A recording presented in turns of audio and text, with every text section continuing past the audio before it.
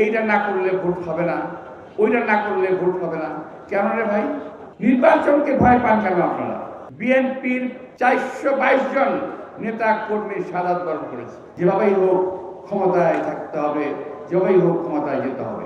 কিছু লোভী রাজনীতিবিদ আছেন, কিছু লোভী রাজনৈতিক দল আছে, কিছু রাজনৈতিক দল আছে যারা শুধুমাত্র বিরোধিতার জন্য বিরোধিতা করে, কার্যকর কোনো বিরোধিতা নয়। এই দলগুলো পাকিস্তান সৃষ্টি লগ্ন থেকে ভারত বিভক্তি থেকে শুরু করে আজ পর্যন্ত শুধু বিরোধিতাই করে গেল। দেশ প্রেমের লেশ মাত্র তাদের ভিতরে নাই। তারা দেশকে ভালোবাসে না, দেশের মানুষকে তারা ভালোবাসে না।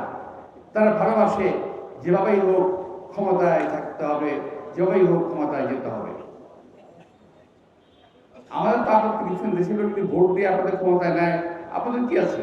ভোটে আসেন। ভোটকে ভয় পান কেন? নির্বাচনকে ভয় পান কেন আপনারা? এইটা না হলে নির্বাচন করা যাবে না, ওইটা না হলে নির্বাচন করা যাবে না। আরে ভাই, 17 বছরে বহু নেতার ফাঁসি হয়েছে, 17 বছরে বহু নেতা কর্মী গুম হয়েছে, 17 বছরে বহু নেতা কর্মী খুন হয়েছে। এই 17 বছরে এই মঞ্চে যারা আছেন মা বোন সহ সকলেই কম বেশি বহু লোক জেল খেলেছেন। সঠিক প্যাড আর সঠিক তথ্য দিয়ে এসো সামলে নিব এক হয়ে। Monalisa sanitary napkin. এইটা কি খামাখাই করছে নাকি? আমরা রাস্তায় এই গরমের মধ্যে প্যারেড করছি, প্যারেড মনে হয় আপনাদের কাছে? আমরা বুকের তাজা রক্ত রাজপথে বিলিয়ে দিয়েছি গণতন্ত্রের জন্য, কথা বলার জন্য, ভোটের অধিকারের জন্য। আজকে ভোটের সময় যখন আসলো, এখন বলেন এইটা না করলে ভোট হবে না, ওইটা না করলে ভোট হবে না। কেন রে ভাই? কেন?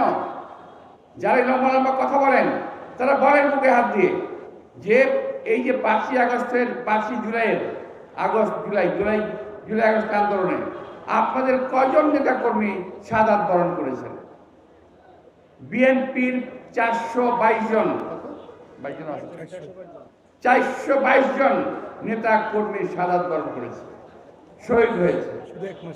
এক মাসে আপনাদের কজন হয়েছে?